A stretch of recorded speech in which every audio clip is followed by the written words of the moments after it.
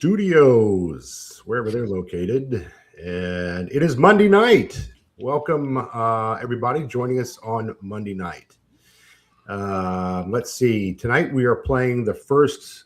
We just played Lamentations of the Flame Princess. Thank you, Matt, for running that. We ran that for a couple of weeks because some of us had no experience with it. And now we're trying another game. We're moving on to Hyperborea 3E. Dun, dun, dun. Dan the man has it there. And Dan has played more Hyperborea than any of us, I believe. I haven't played it before at all. How about you guys? Matt, it'll be my first time. So I've watched a lot of it. So like Jimmy Swaggart from Baton Rouge, Louisiana, Vance likes to sit back and watch. Oh dear! Really old joke from the '80s, and you probably don't know what I'm talking about. There is a chair for that in the inn in town. So, chair for that in the inn in town. Yeah, a chair where you can sit back and watch. Jeff, have you played this before or not? This is your nope. First? All right, so we're breaking new ground here. Let's see. Wow, some people are jumping out there. There's Michael from Chthonic Musings. Hey, Michael, good to see you. And Dreg 341. I don't know who chose this. Oh, I chose it for the chat window. This graphic is horrible. This blue thing. I may have to change that halfway through. It's making me nauseous. Oh, Dreg is telling, I think, May 4th jokes here. Use the Force, Luke. Oh, yes, obligatory May the 4th be with you. Yeah. Okay. Well, I'm going to turn it over to Dan, and he can do this however he wants and tell us what we need to do since we're all newbies here. All right. Well, just so everybody's aware, Hyperborea is an OSR game by Jeff Talanian, and it's very heavily based on AD&D 1E. So descending AC, D20 based for rolling to attack and that sort of thing. It has some interesting refinements to the character sheet. There's like feats of strength and extraordinary feats of strength, and they're based on your strength score and that sort of thing. So there's some D6 checks, there's some D20 roll under checks, there's some percentile checks. But if you've played pretty much any version of D&D, you can catch on pretty quick. So we are going to be playing the Anthropophagi of Xambaala, which is an adventure by Jeff Talanian. And I'm sorry, no, this is by Corey Walden. My bad, but it's great. So, do we want to go ahead and introduce you guys' characters real quick? Mike, you want to start? Yeah, I'm Bosamund, and I am a Moorish cataphract. So I'm a fighter type, a expert on horseback with a lance, which I think I did in the last game, and it didn't help us at all since there were no horses and no lances. But just think of me as an armored fighter. All right. What about you, Vance? I will be Nusgreen, a Chimerian purloiner, so a thief on a holy mission of gathering things. Nice. All right. Acquisitions. All right. Matt, what do you got?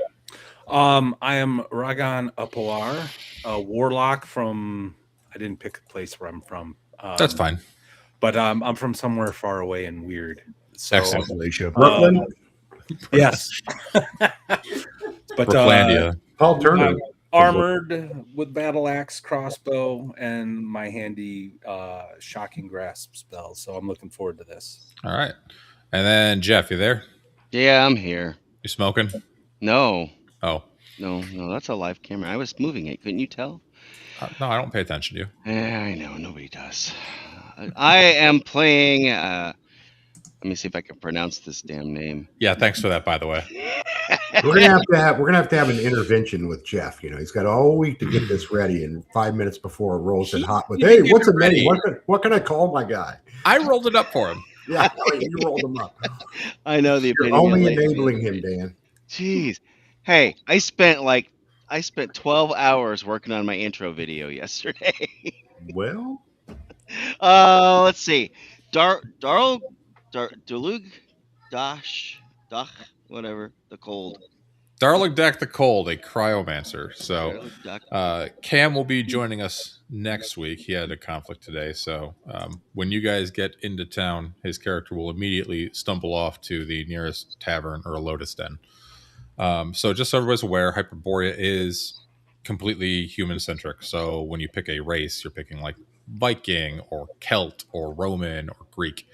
It is a flat world that is a remnant of old Earth, and it's a pretty great system. And there's like 26 different classes, and they're pretty awesome. So anyway, let's go ahead and get started. So you guys have all headed by ship to the desert city of Xambaala, having heard that there are um, rumors of wealth to be found and problems to be solved. There are whispers that this town has um, a problem with abductions, and several people have gone missing. It's a city of about 2,000 residents, about half of which are slaves. So you all arrive at the docks on town, and let me just go ahead and share this real quick. Mike, if you could fire that up real quick. As you get to the docks and you step off your boat, Cam's character just wanders off into the nearest tavern or Lotus Den. And posted all over the docks, you see this note. So it says, "Visitors to the desert port of Xambaala, beware. When the city slumbers, demonical cachinations crackle from its outskirts, and dull totemic drumbeats rumble in the surrounding waste. Vile shrieks and noises out of nightmares bring shudders to the spines of even those who fancy themselves heroes. When the eventide bell tolls, residents lock themselves behind stout walls, for something sinister moves during the dead time. But the people of Xambaala speak not of the hellish noises that haunt their city. Only furtive whispers hint that those who trust in the safety of Aramis Dathok's inn oft disappear, vanishing into the unknown, and the sounds without the city grow louder." So, you find yourselves at the docks. They're fairly busy. You've arrived early morning, a little bit before lunchtime, and there's a number of like unattended street urchin children wandering around. There's a number of guards. One thing to note: this is a particularly cold desert. So Hyperborea is, the far beyond the North Pole. So it's very chilly, very cold, but it's also a very sandy and dusty place. What would you like to do? I want to walk up to the first person we see who doesn't look like a sailor from a foreign port and ask Okay. them, "Friend, where is the temple to the great Yig, the great serpent in this city?" There is none. We revere Helios here and Helios only. But I bow deeply. Thank you for your hospitality, and I walk away. I'm done role playing for tonight. I'm done role playing. I'm ready to kill something. All right. Well, it didn't work out. Go there. So much for 4D. You are level 1, so most of them have, I think, single-digit hit points. Jeff, what do you want to do? Where's your cryomancer? Darlig Doc. Thanks for that name, by the way. I used a generator, man. Oh, appreciate you. Could have hit refresh a couple more times. Well, it was picked too. So I'm a picked, whatever the hell that is. It's some sort of Celtic thing. Any rate, so I kind of get up and I stretch and I'm like, how chilly is it? It's pretty cold. I mean, like it's before midday. Probably midday gets to about 40. Okay. 45. Yeah, could be a little cooler. Mm-hmm. But wait till you get to the nighttime. Oh, hey, I can't wait. Mm-hmm. I like cold. So I just look around and be like, okay, whatever. So there are a couple kids running around playing some sort of game. They're kicking some sort of strange object back and forth between each other. It's hard to really kind of tell what it is, but it's something small and kind of brown or dark colored. Kick the turd. They playing hacky sack. They are playing something with some object that's moving too fast for you to see. Remind me what was the reason we came to the city? Well, so some of you might be interested in resolving some of the evil that is apparently afoot in the desert, but others of you, there are rumors of many treasures from ages long past to be sought. Yeah. Maybe some ancient sorcery. Okay. I'll approach the kids. Okay. And and I'll ask one of them if they know of anybody in this city that can provide information about the desert beyond. One of them will look over to you. He looks up and says, "Oh, yeah." And as he pauses and looks at you, they stop kicking the object around, and you look down. You're a necromancer warlock. They're kicking around a mummified rat. Oh, So they're using that as a plaything, and these are very like unwashed, unkempt, like street urchin children. Yes. So it's a hacky rat? Hacky rat, Jackie Rat. Yes, there we go. hacky rat. But they look at you, writing that down because that's good, and I'm going to remember it. So they look at you. You're welcome.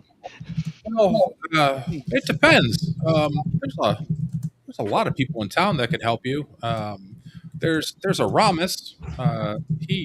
He runs things. He runs the caravanserai on the southeast corner of town.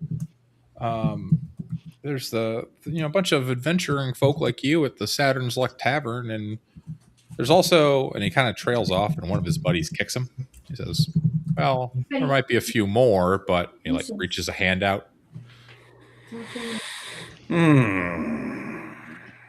I'm going to inform the child that I do not have the copper that his information is worth, but I do have a gold piece, and I will pull out this gold piece. His eyes get big as dinner plates. And I say, so how about you stop kicking this rat around, and you actually act as my guide through this city, and you will take me to these places. Well, certainly. Can my friends come too? How many friends is he referring to? Just the two that are with him. So all three? Yeah. Gold piece for all three? Yeah. That's more money than they've seen ever in their entire lives. Oh, I'm sure. Yeah. Yeah. But I like, you'll get this when the task is completed and I'm through with you. Okay. But one more thing, you only work for me. Oh, okay. We only work for you. No one else. Just you. What's your name, Mr. Scary Man with the gold piece? I will tell him that they can simply refer to me as well, I'll tell him my name. I'll say Ragon. You can call me Ragon. I wish all the sailors and travelers that came into town were as nice as you, Ragon. But yeah, we can take you around town. We'd be happy to. So, as you guys are kind of walking away from the docks, the first kid, as you're walking down the docks, he walks past the guard that Bozeman spoke to, and without even like the most deft and quickest motion that you've like seen on a child, he just reaches up and snags something out of a tube on that guard's belt completely unnoticed, and he unfurls this map of the city. And you can see it before you here. And he starts pointing out places. He says, well, here we are on the docks on the western side of town. And then he circles number 2. This is Saturn's Luck. That's a lot of your adventurers folk hang out there. And it's got sleeping quarters, so you can take cover when the eventide bell rings. And then he's looking around. He kind of like starts to look up at number 3, and then one of his buddies kind of like elbows him a little bit, and he stops, and then he goes on. He says, and we got the arena. If you want to be fighters in the arena, you guys look pretty strong. And we've got the blood tower next to that where all the gladiators stay. There's the bazaar in the center of town where you can buy things in the market. There's the astrologer's tower. That's where all the smart hoity-toity people live. And then we've got the satrap's mansion and the barracks for the town guard. We've got the Temple of Helios. That's where the big bell is, the eventide bell. And then we've got Aramis's caravanserai. But I wouldn't stay the night there. I'll point to number 3 and ask, what is this? He kind of looks down and just kind of kicks the ground, and then he like looks back and kind of sees the glint of the gold piece, and he says, well, that's the Grotto of Rel. That's we're trying to get. When we get older, we want to get jobs there. I'll take note of that. Being a disciple of said Rel. Yeah. So Nusgrain, you would immediately know that's Disciples of Rel, Thieves Guild. So, but the kid, after a little bit, his buddy's he's like, think of how much food we could get for a gold coin. We wouldn't be hungry for like a month. And then he says, the guild is there. Rejoiden, he's the leader, but they can be a bit wary of newcomers, but they are good people. I promise. They take care of us and some of my other friends. Okay. I'm gonna turn to the group. Where would you like to go first? So you've got the Saturn's Luck Tavern, you've got the arena, you've got the market. Oh yeah, there's the market. What time of day is it? I look up. You guys, you're walking around for a little bit with these kids, and they're actually taking you around town, pointing you to these places. It's about lunchtime. Okay. So about midday. Market and grab something to eat or drink, and then try to find out where we're going to bed down tonight. I guess we should go to the Saturn's Luck then. All right. I'm going to ask the one kid who picked the pocket. I'm going to ask him for his name. He says that his name is Darrell. Daryl. Yes. Does he have another brother named Daryl? Sorry. He has. Where's Larry? His two friends are Larry and Daryl. Larry and Daryl. Sorry. No, you're fine. That's why I broke my own immersion. I'm sorry. Yeah. All right. I'm going to tell Darrell that he seems to have some very useful skills, and if he's up for it, I may be able to employ him for more work. He's very excited to hear that, and he graciously thanks you, and he's just kind of like looking at you like, if I fulfilled my end of the bargain. Not yet. Oh, okay. What else you need? You're going to take us to this place, the Saturn's Luck. Okay. Basically, I'm hiring him for the day. Like, all right. You're not going anywhere, buddy. You work for me for the day, and then you and your friends are going to get a gold piece. All right. I am going to ask him about what happens at night.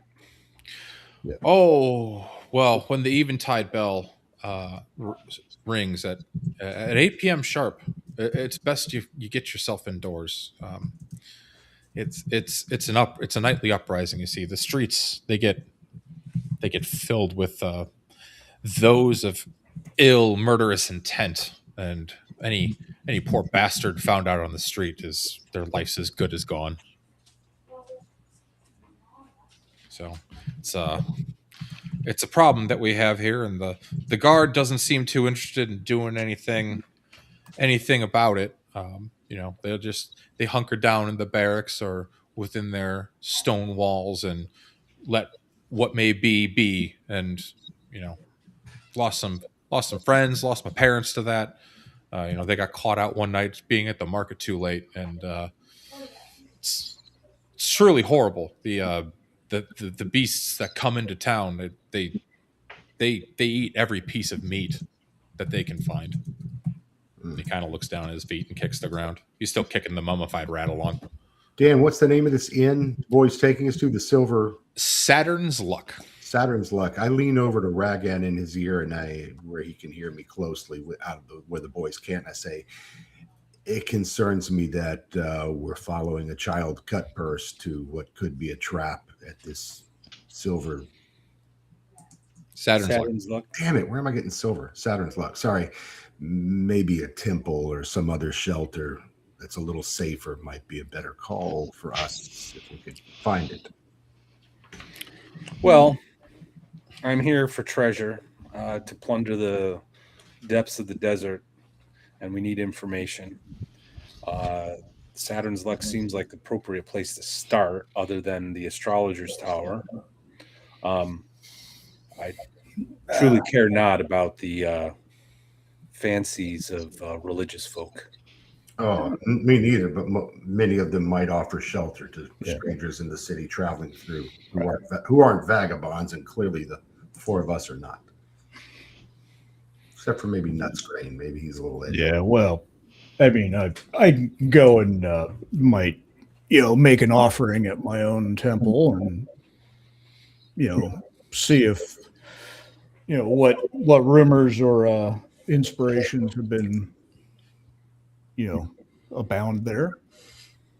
Well, at the very least, we'll keep our eyes open, realizing that the boy might be taking us into a trap. Okay. So it doesn't take long. It takes about 15, 20 minutes of walking. You guys get to the Saturn's. Inside, it's a 2-story building made of plastered brick. There's a very large wooden door, like swings openly repeatedly as people are coming in and out of the tavern for you. There's an exterior stair leading up to an upstairs apartment behind an iron fence that is locked and gated off. And there's decent enough weather. It's about 40 degrees, not too cold. There's actually a few tables outside where there's some commoners and some adventurers and different folk enjoying a meal. So, but at one point the door swings open and you see a woman inside, and she says, come on in, new folk in town. Come have some stew, have some food." I'll motion the boys to follow me, and I'll ask the woman to, what do they have to feed my friends and my I'll just look at the kids and be like, my employees. She just kind of smiles. She says, "Well, I've got hot pan bread with butter, and I've got special today. We've got roast goat out back. So be a silver piece for the hot pan bread with the butter, and 2 silver pieces if you want to shank a goat leg with that. It's very fine, very tasty. Best in all of Xambaala." All right, so all right, I'll get the kids. They'll get the hot pan bread. Okay. And then I'll get myself some goat. There you go.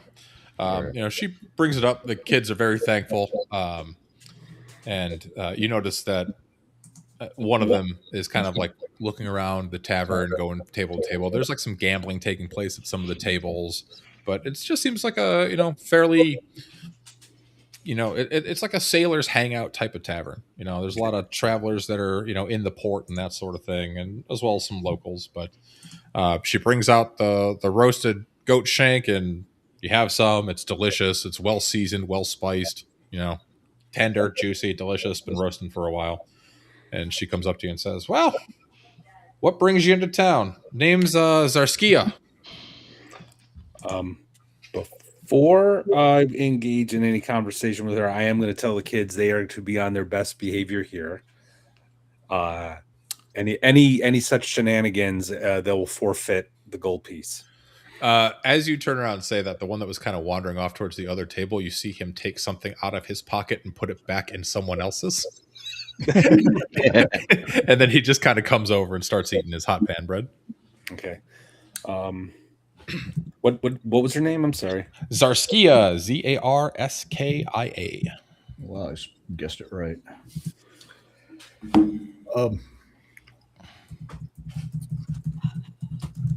Well, actually, yeah. Then, since you're not going to let the kids, lift any coin from these gamblers, I'll go over and. I ain't a kid.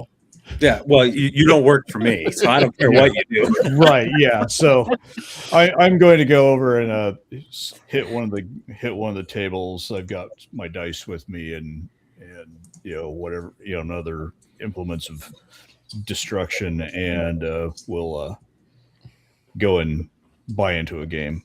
Okay. Gonna go ahead and buy it. They're just playing a pretty simple dice game. They are. Essentially, we're just gonna, if you want to play, you can make a wager. We'll roll 3d6. Highest wins. Okay. All right. What are you wagering? How much? I've got some coin. I'll just start simple, just a couple silver pieces, enough for dinner. All right. And I got a 12. I got 10. Oh, I got an 11. I can count. All right, so you lose a couple silver, and there's a drunk guy at the table, and he's like, come into town and immediately start losing money. I like your kind. You want to go again? Oh, of course, and I'll make sure I'm, in a place where I, will eventually be able to bump into him and get whatever coin back that I've lost. All right. In that case, go ahead and roll 46 and drop the lowest one against my 36. Okay, 4. Yeah. 10.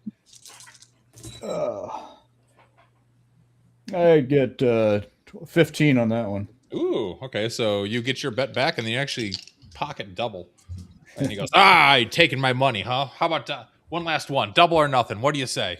Oh, certainly. Yeah. I feel the winds have changed from the, All right. Well, here we go. Ooh, 13. Am I rolling 40 still with the drop? Yeah. Are you still trying to cheat? Oh, yeah. Okay. I got a 17. Oh, okay. He goes to reach into his pockets, and he goes, "Oh man, I must have been drinking a lot. Oh hell. Oh." And he just throws down this the remainders of his pouch. It's got 3 gold coins in it. That's fine. And he just kind of stumbles out and says, I gotta get home before even tired anyway. And he just like waddles his drunk ass out the building. Pat him on the back and send him on his way. Once I've gotten them cleared out, I'm gonna continue some kind of quiet playing and stuff, but see if anybody is in mumbling Chatting, about perhaps? things in the things out in the desert that need to be liberated. Okay. Go ahead. Actually, all of you can at this point because you've been in here for a little bit. Go ahead and roll me a d12. Let's see what you guys overhear in the tavern. Got a 2. 11. 3. Jeff, what'd you get?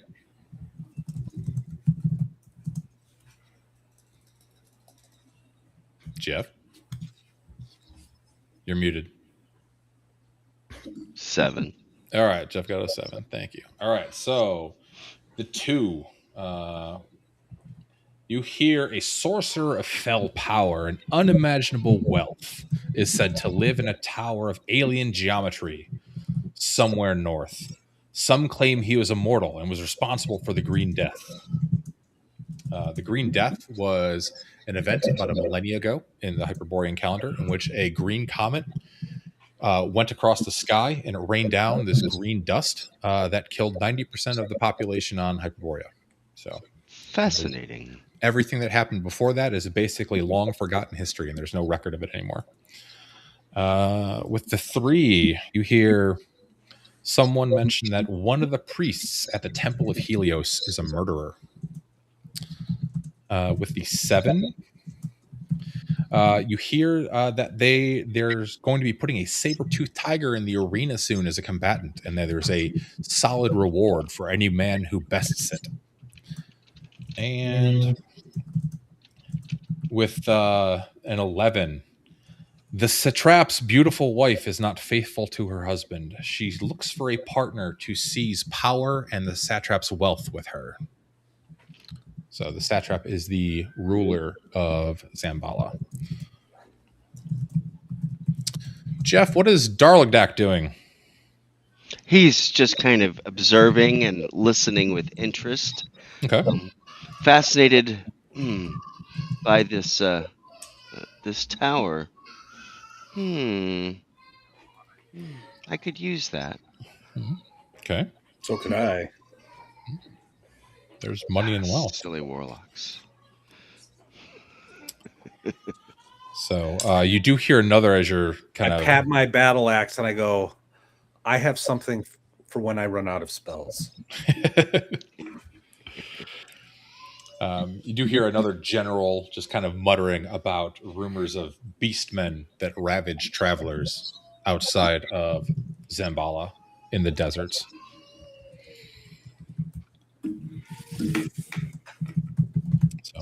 So, yeah, some beastmen. So a little bit of time passes. You guys hear some rumors. Nusgrain has, purloined a few more coins here and there from some unsuspecting commoners. You all eat your meals, have a good time. The proprietor, Zarskia, looks to you all and says, "Well, you're new in town. I'm sure you've heard about the Eventide Bell. You all have arrangements for where you're sleeping?" We do not. Well, we've got a common room if you're interested. It's just a silver a night ahead, but limited number of beds, so they tend to sell out pretty quickly. And I don't normally take reservations, but you all seem capable and might be nice to have around in case a ruckus breaks out. How much is a room? Well, if you would listen, Mr. Frozen Ears, I said it was a silver per head per night. No. You said for the common room. Yes, the common room. What about other rooms? The only other room is my room, and you're not staying there. Yeah, so keep your Dan is playing an accurate medieval version of what we would have experienced, not a hotel like we're all used to today in our fantasy games and think we have individual rooms and privacy and shit. Anyway. Yeah, you keep your unwashed sailor asses in the common room. Editor's note. Very well done, Dan. I'm surprised we're not sleeping in the stables. Yeah. Those are an option, but they're not walled. Yeah. And the horses are picky. Well, we just got here, and truth be told, I'm running low on coin. So I'm fine with sleeping in the common room. But I understand a few of you wanted to go talk to the, was it the Temple Helios or whatever? Yeah. I'm sorry, the Temple of Rel. Yeah. Well, I've just gained some coin, and it's only appropriate to go and tithe. Yes, I'm sure. Yeah. Just do me a favor. Always walk in front of me. I'll toss the silver to the woman and tell her that I'll stay in the common room. Okay. Yeah.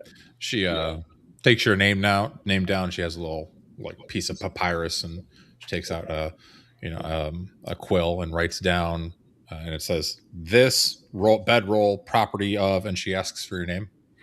I'll say Ragan. All right, she writes Ragan on there, and she walks over to the common room, and there's about 12 different cots along the walls. They look fairly clean. They're on beds of hay. The hay has been changed within the last week or so it's not even that filthy. And she just kind of tacks it on the wall above one of the boards and says, "The rest of you?" Oh yeah. Throw a coin in. Of course. Yeah. She does the same. She goes and reserves beds for all of you and says, "Well, good. There's 2 left. Should sell out for the day. It'll be good. Make some coin." And she says, "Anywhere else you're off to? I'm glad you're staying here, because there's a nicer place in town. You can stay at the Caravanserai, but sometimes people just never come back from there." Yeah.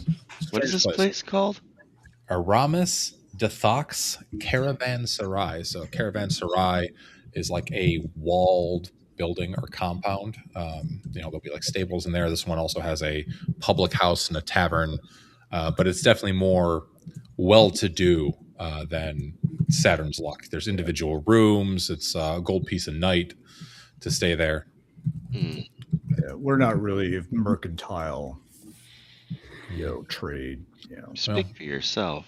I did hear that Aramis is looking for caravan guards that wander the desert and search for ruins and treasure. If you're looking for work while you're here, there's also the arena. Do you mind if I ask what brings you to town? Yes.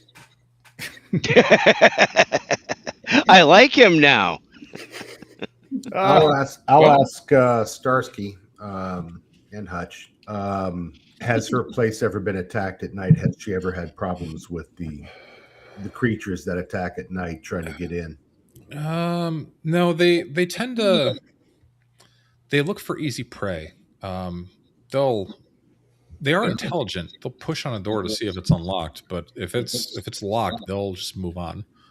And I mean, we're in the right on the edge of the poorer section of town, so some of these poor fools don't have proper doors. They just kind of barricade with what they have, and you can hear the screams. So don't let it unsettle you. Why would it unsettle me? Well, it should if you were a goodly man. Now I'm slightly concerned. Hence my question: if Saturn's luck is secure. Yeah, you can look. There's on the back of the door, like it swings inward, and on the back of it, now that you're inside, you can see there's like big, like double wrought iron hooks for like a timber to be put across to seal it. So, but it is there. She says, "Well, you've got a few hours before the bell tolls, about 6 or so. It's about 2 p.m. by now. All right. Anything I can direct you to? Anything you're interested in? Temple of Helios. Oh, it's just about 300 feet down the street. Head towards the bazaar. It's right on the south end of the bazaar. You can't miss it. Tallest building in town. Giant statue of Helios. Excellent. And that's going to cost me a silver, right? That's going to cost you a silver. All right. But there's 10 silvers to a gold. And I like the little thing at the bottom there. Nutstrain, did you want to go to the temple and check out the temple? I'm going to go to my own temple, but thank you for your invitation. All right. So you guys want to head out? Yeah, is there a temple to the Raven? The only one she really mentions is the Temple of Helios. It's the main god worshipped here in Xambaala. There might be some smaller places that are kind of, maybe shrines, but not like big temples. So it's Helios or the Temple of Realm. How about any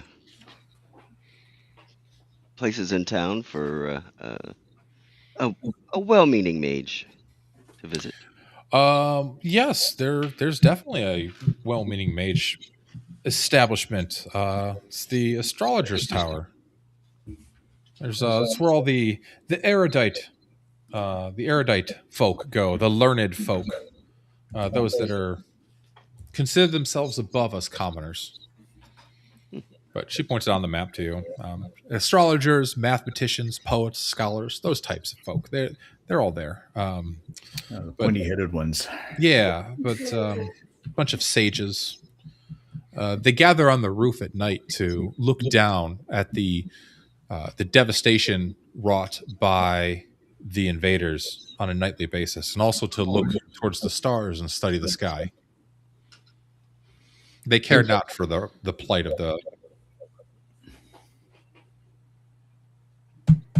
the little ones. Yeah, they don't care. So, but do you guys want to head out and check out the Temple of Helios and the Grotto of Rel? Sure. Yeah. All right. I will follow along. Who's going to go where? I'll go with Bozeman to the temple. Okay. And you said it was near a bazaar. Yeah, it's right near the bazaar. All right. While we're going, I'm going to tell the kids, specifically Darrell, that what I'm planning on doing, I could use someone of their skills, and I'd like to test their skills. He's intrigued. He kind of gets a wry little grin. He's like, "Oh, I like tests." It's just getting creepy. I need you to make your way through the bazaar and see if you can and find me a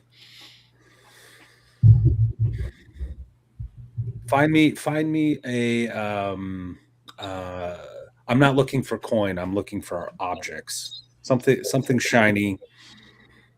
Make sure no one knows that you took it. Something shiny. Okay. Jewelry. Big, small, medium. Just something that looks valuable and that no one knows that you took it. Okay. I'll be at the temple. I can take my friends with, right? Yep. All right. He looks to them and kind of nods, and they scamper off. So we'll do just the Temple of Helios real quick. I just did a quick share there, Mike, for you. Gotcha. So the Temple of Helios is the tallest building in town. There is a massive bronze idol of the god Helios atop it, and there's stairs that lead up, bronze stairs that lead up into the temple itself. So that's what it looks like as you approach. The doors are open. There's 3 tiers of these vast stone steps that each kind of have a landing on top as you get up there. But you get in, the doors are open, and you enter, and there's a few priests kind of milling about, and one of them comes up to you and says, visitors, have you come to pay reverence to the great god Helios this day? Sure. Yes, we've come to reverently, quietly say a prayer. Oh, okay. Respect in our visit to the city. Followers of Helios, are we? We are not. I'm from another land and other gods. A pity. Well, you can pay your respects. The doors do close just before eventide, and we'll be long gone. Visitors, yes, thank you. Visitors are not allowed within the temple walls overnight. It's just for acolytes and members of the priesthood. So you kind of go in, you're looking at the temple, and you're walking around inside. Everything's made of bronze. All the seating, all the tables, and at the altar in the center, you actually see what appears to be a high priest. He's in finer garb, and he's holding this curvy bladed Chris sacrificial dagger, and he's standing at this altar, and he's uttering a prayer to Helios, and then as you're walking in, you see him plunge this dagger down into an ox, and it just spills the ox's blood all over the temple floor, and then they start cheering and praising Helios, and then another acolyte walks around and with an offering and starts accepting donations from those in attendance. And he looks at you, the newcomers, and says, newcomers, come to tithe to Helios, have we? Good. For the Lord of Sun is... No? Then why are you here? A respectful visit from strangers, foreigners from across the sea. That's all. And yet you do not... I explained that my friend Bozeman is a devout worshiper. I am waiting for some friends. Oh, a devout worshiper of Helios. And this high priest... fade into the background. We just kind of push him up there. Again, we kindly bow, and not the reception we were looking for. So we kindly bow and walk out and take the boys with us. No. But you have not paid your offering. You witnessed the glorious sacrifice to Helios. Come. Give your offering to the litter. And one of the acolytes comes up with a woven basket. I hand him a silver piece, and again, politely, give him Saladin and walk out. Saladin. Still holding the basket. Not Saladin. No, nobody said anything about Saladin. Let's leave that one alone. But yeah, the high priest, he's a tall and heavy-set man, very bloated. He looks towards Darlagdak and says, one of your kind is not often seen within the walls of Lord of Helios. Surely you have something to offer. And then the acolyte comes over to you and is holding the offering basket.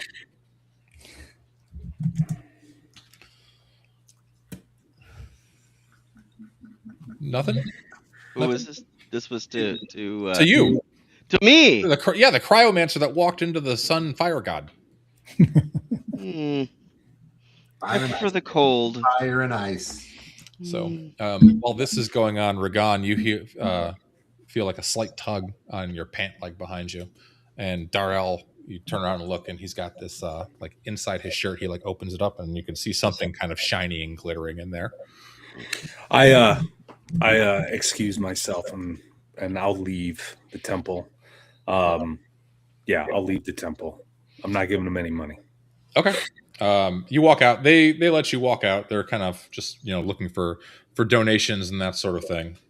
But you head out, and he's pulls you around the side into like an alley, so you're not in plain view. And he says, "I got my buddies and we got some good stuff, and well, we got something for you, but you can take your pick." And you look down, and he's got like 4 things. He's got a pearl necklace, pretty nice looking. Definitely came from someone of more high stature nobility. He acquired a ring with a very well cut emerald. So, ring. I'm just writing this down. And he acquired a leather belt, but it's got a really ornate belt buckle on it, and the belt buckle is carved in the likeness of Zathaga, the frog god, which is a very commonly worshipped deity in Hyperborea. And the last thing he has, you look at it, and you're like, huh. You look at it, you look up at the giant statue, you look at it, you look up at the giant statue. It is a holy symbol of the Torch of Helios from one of the acolytes in the temple that he was just in. I asked the 3 boys, like, so all 3 of you were able to do this? Oh yeah, we've got a great system worked out. Darrell just kind of slinks in the shadows off to the side, and Larry and I, we kind of make a distraction, a little bit of a scene. We play with Marcus, and then he holds up the mummified rat. We can knock things over, make a distraction, and it works almost every time. Almost. We used to have a few more friends. Excellent. This test was more about your ability to appraise and find the things that are valuable, and and you passed with flying colors. Would you like to become adventurers? Their eyes get really big. Adventurers make lots of money, right? Yes. Oh, yeah. Adventurers don't have to sleep like in corners of alleys, do they? No. Or in the gutter. Yeah, we can totally be adventurers. Can we have a cool adventuring party name? Not yet. Oh, But I am going to need your services. oh, sure. We can keep the other. Which one do you want? Because we wanted to keep the other 3. Maybe we can go. The emerald ring looks. I think the emerald ring is more valuable. Is my guess. That's up to you. You're a warlock. You're getting the faintest of kind of like magical emanations from both the pearl necklace and the emerald ring. There's like magic emanating from them? Yeah. Oh. They did good. They did real good. All right. I'll take the ring. Okay. I'm going to tell Daryl, don't lose that necklace.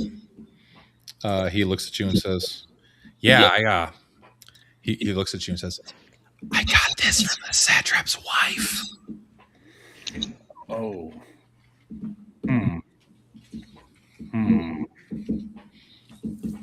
Keep that hidden. Okay. Definitely. All right. Do you need anything else? Should we? I'm going to flip him the gold coin. Okay. And I'm going to say you're free to go for the day, but tomorrow I expect to see you bright and early at Saturn's Luck. He gives a big sweeping bow. He's like grinning ear to ear, and then he and his 2 buddies just kind of scamper off to go cause trouble and cause a ruckus. Boys will be boys and all that.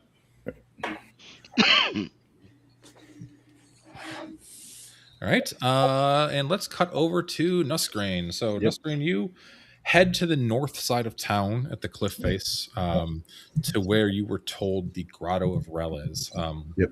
As you get there, pull it up real quick. So I'm looking at the right thing. All right, so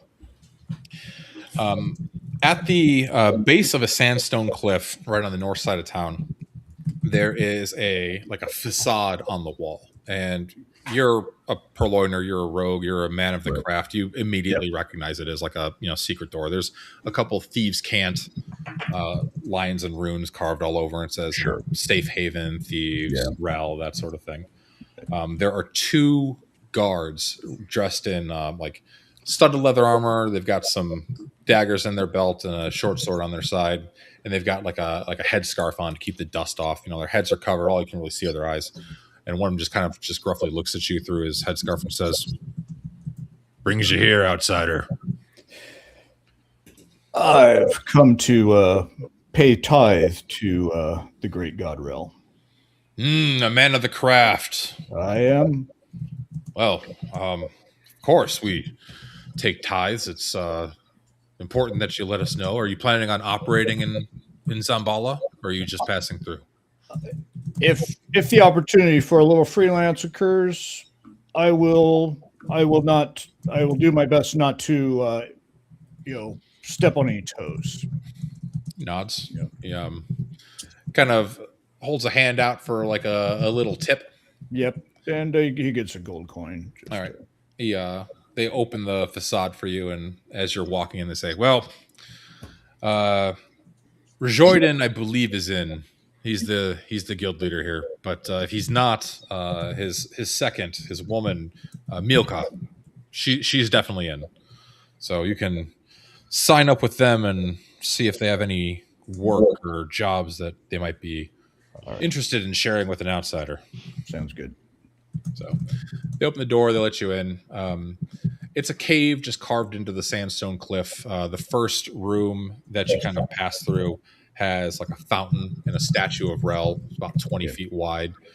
The statue is holding a spear out in front of it, and the tip of the spear is in the water. And when you look in the water, you can see a whole bunch of coins of copper, silver, gold, Sure, in the waters of the fountain. Yeah, I flip one in with my thumb. Right. One of the overseer thieves kind of gives you a nod that you paid your tithe, and he says, "Newcomer, come on in.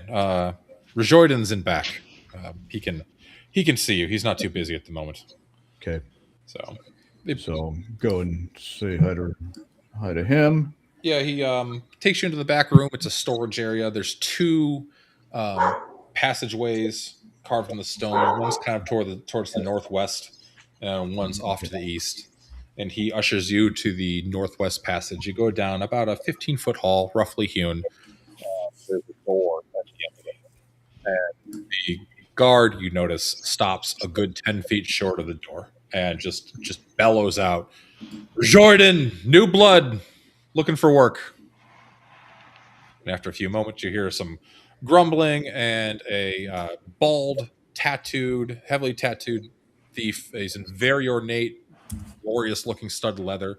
Opens the door. He kind of walks through into the hallway, and you notice he kind of kicks a stone to hold the door open as he's there. He says, "Ah, welcome, Rejoiden, head of the Grotto of Rel. What brings you to my city?" Nusgrain. My companions and I have recently landed at your docks, and we're looking for opportunities. I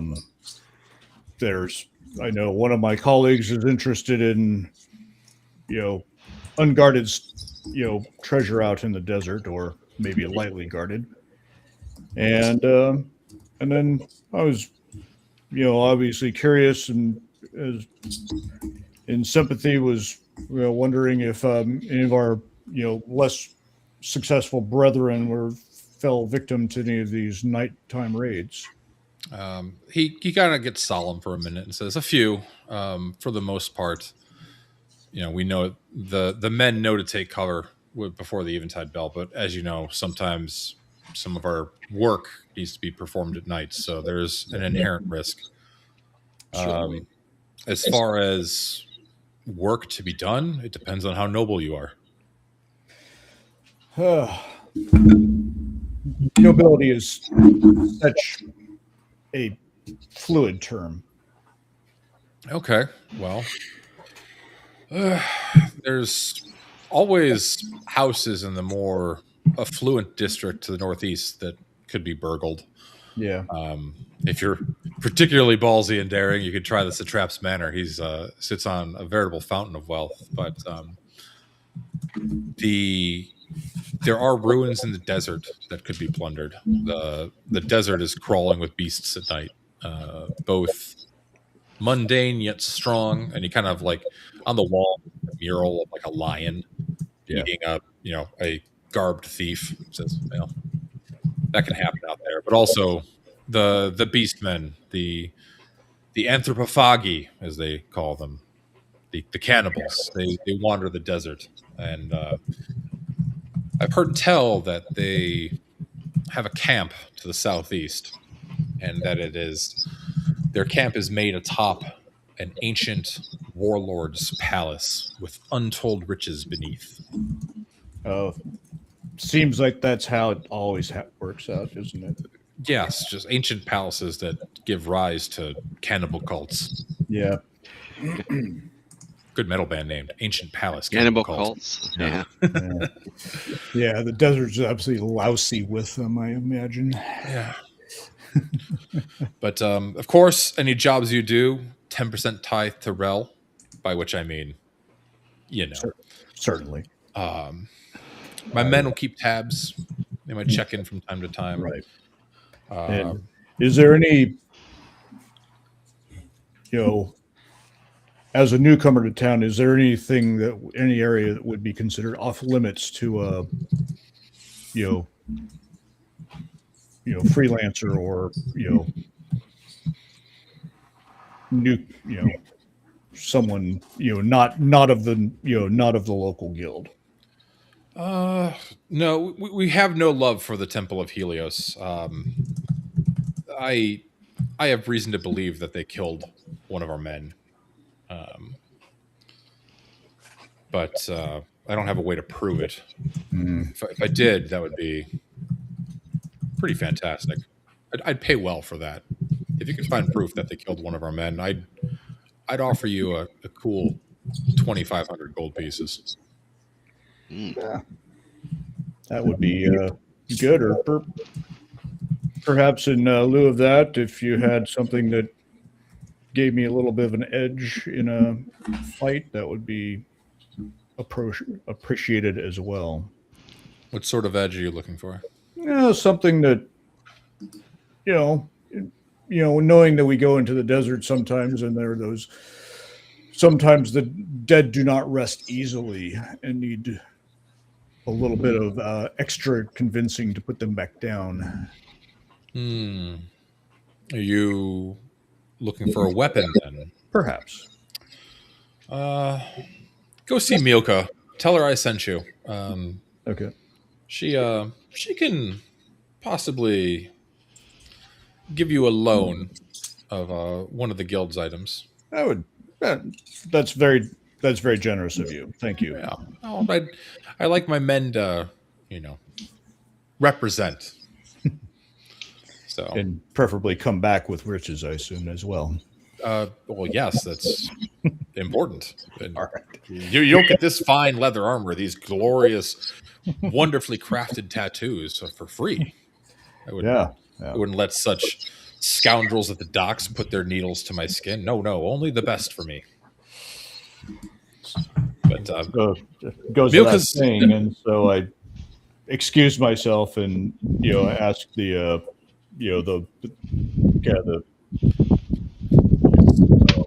Milka. So as you turn to walk away, he kind of gives a nod. You notice that when he walks back into his room, he kicks the rock that was holding the door open out of the way, so the door just like hastily slams shut behind him. You note he made a very pointed effort to make sure that he did not touch the door. Okay. So they take you to a storeroom. His, as he calls her, his woman Milka is there, quartermaster of the guild. Yeah. And she says, fresh blood. Come to join the guild, have you? Yeah, well, traveling through and checking in on the local chapter, yes.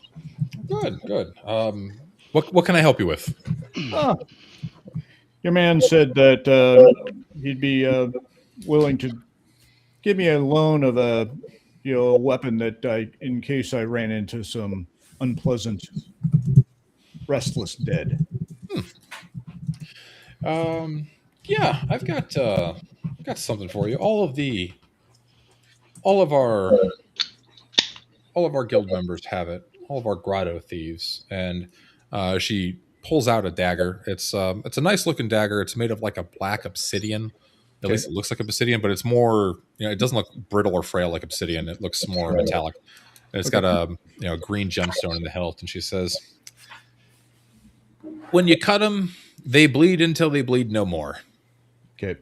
So, and she kind of flips it to you and says, "If you take that, the guild's cut is 15%, not 10, of any jobs you pull off, and we'll know what you earn."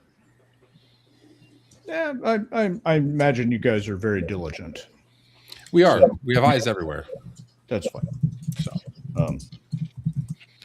I mean, I'm a man of the cloth. Why would I? Yeah. yeah. So you purloiners are an interesting folk for sure. Generally, men of your word among what are generally Yeah. group of scoundrels. So it's an interesting thing, but yeah. So she hands it to you, and you have you now have a +1 dagger that after the round after you cut them, it'll do 1d4 bleed damage. So Okay. Cool. So counts as a magical weapon. I'm going to sheath that and then go and see if I can find the rest of the miscreants. And Yeah, as you are heading out of the Grotto of Rel, you get about 20, 30 feet away. You're just getting towards the outskirts of town, and you see those 3 little street urchins come running past you with like these wide grins, and they say, as they slow down a little bit, but they're still running, and you hear them kind of excitedly chattering like, we're finally in. And they look at you and they say, "Your friend is great," and then they dart on past. and I have no idea who they're talking about. So the overseer guard just kind of like looks at these 3 kids running up, and they're like, "Oh, we got something. We can finally get in. You said once we got something good, we'd get in." And he just kind of, you see him shake his head and sigh heavily and open the door, and they go scurrying inside. So, but you meet back up at Saturn's Luck with, or at the Bazaar, wherever you guys want to meet up, wherever you planned on meeting up. And you are now all back together. It's about 4 p.m., maybe closer to 5. You've got about 3, maybe 4 hours before the Eventide bell tolls. Okay. I would like to go check out the tower. Oh, the Astrologer's Tower? Yes. Okay. You walk up to the Astrologer's Tower. It's on the eastern end of the Bazaar. Okay. It's about 50 feet by 50 feet. It's a 5-story tower with you can see the rooftop observatory on top of it. And there's a robed man at the front of it. He's got like a brownish gray colored robe, and he's standing before you and says, "Sir, what brings you to the Astrologer's Tower? You do not look of a well-to-do sort. We don't usually let the rabble inside. Can I help you?" Interesting. Yes. Tell me. It's very interesting in here. Do not look of the well-to-do sort. What does the well-to-do sort look like? Oh, well. And he just kind of like resplendently looks before you and just kind of like, "Why me, of course." But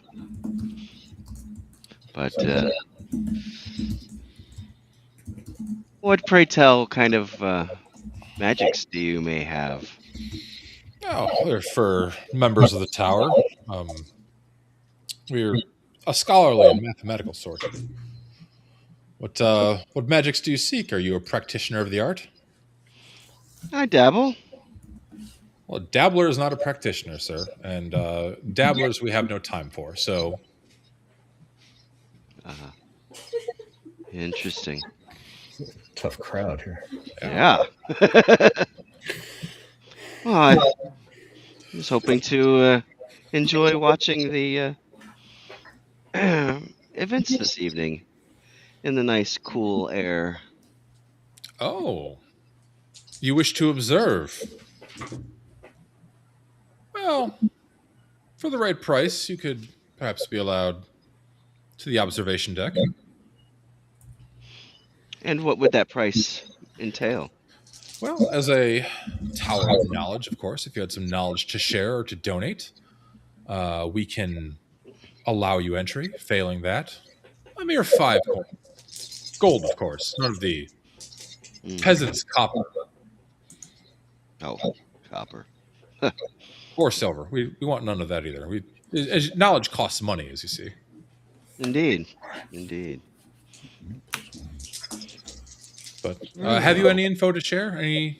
Anything interesting? Any great knowledge to add to our archives? Any practitioner of the cooler arts? I mean, I'm pretty cool.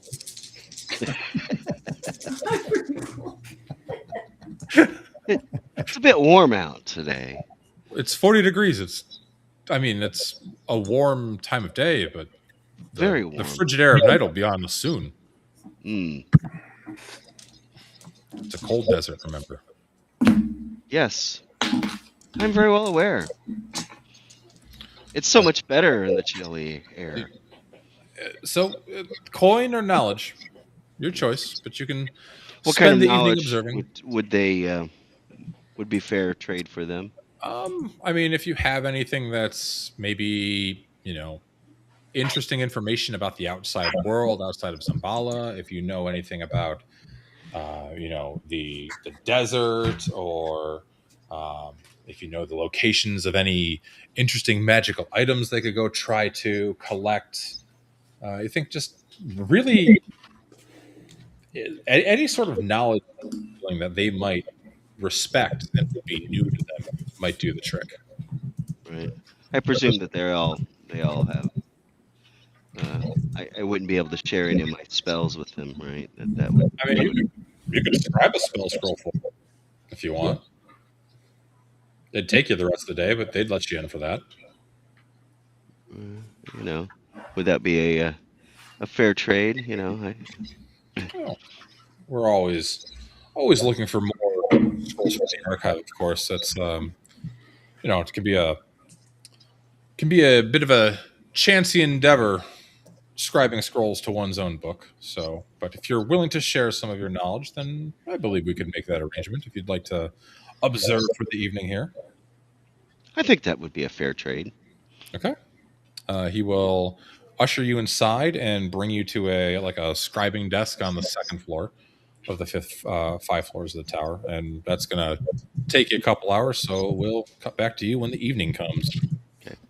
All right. What are the rest of the three you want to do? Bosamund is going to work his way back to not the silver, the Saturn's luck. Saturn's luck. All right. Finally got it. Yeah, so heading back to Saturn's luck to make sure he's there before nightfall.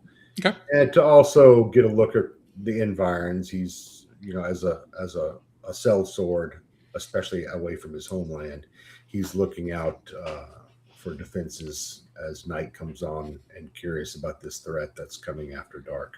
Sure. So you head back to Saturn's luck. Ragan and Nusgrain, are you going to go with him?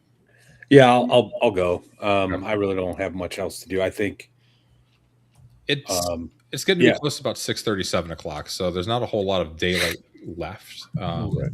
But as you guys walk in, you notice that as it's getting closer to the end of the day, there's a bit more of the less common rabble and more foreign adventurers. Okay.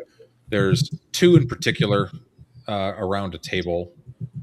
One definitely looks like a mercenary of sorts. He's got chainmail on, a small shield with an insignia of faraway land. He's got a short sword, but he's got a flail strapped across his back. It's just the spiked head of the flail is just bouncing and hitting into his chair as he moves and telling stories with another gentleman that he is with, which is more of a roguish looking character. Nusgrain, you would pick up on that right away. He's got some studded armor, a long sword. He's got a short bow strapped across his shoulders, and they're just kind of engaged in conversation, like mercenary henchmen type folk, if you're interested in discussing with them. But it is starting to fill up. as the night goes on. Is this actually the common room, Dan, where we're sleeping? Yeah. They shut it down at a certain time, and yeah. So you're in the common room with all the tables right now. Just to the south of it is the common sleeping room, which is the room with the bedrolls, where she tacked on this bed reserved for nameplates. But as it's getting closer to 8 o'clock, Zariska looks over and says, "All right, if you don't have a bed, you can't stay. Get your asses out." And then she looks around and she starts counting. And she says, "Oh, where's Darligdak? He was with you earlier. Did something happen?" No idea. He went off on his own to go and try to, hang out with the pointy-headed people, I think.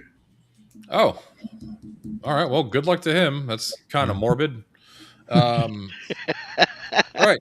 There's one bed open. I've got one bed, 1 silver for one bed. And then there's just, a random guy who immediately just whips a silver piece at her from across the tavern. He's like, "It's mine." And he runs back.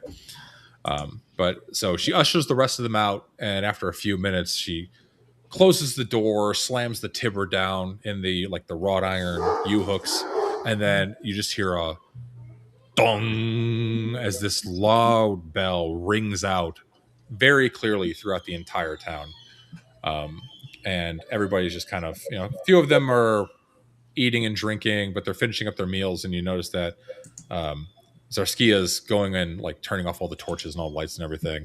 And she says, "We tend to try to keep it down just to not cause any untoward attention to the building.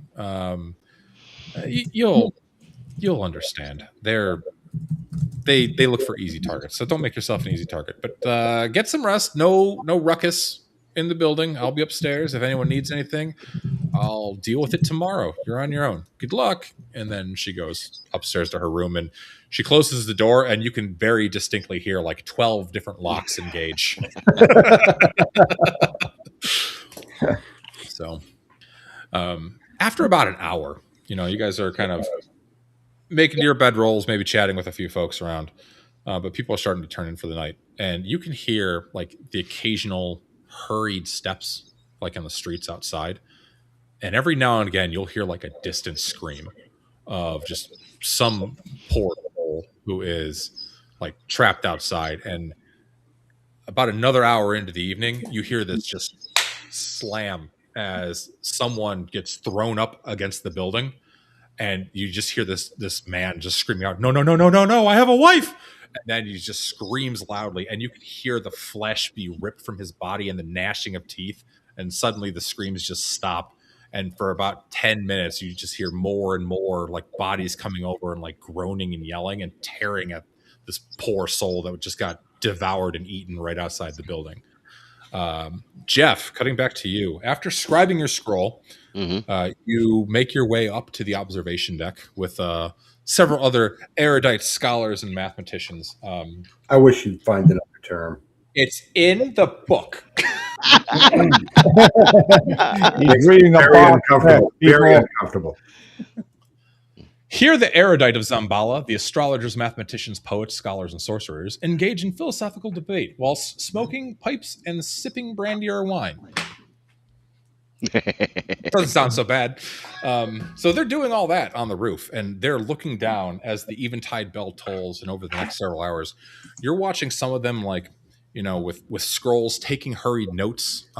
One man next to you is trying to calculate how fast these beastmen, as they call them, are running and traversing through the streets. One of them is basically, for lack of a better term, keeping a first-person shooter kill counter of how many people are getting eaten. And you're just watching the occasion. Most people that know better are inside well before the eventide bell.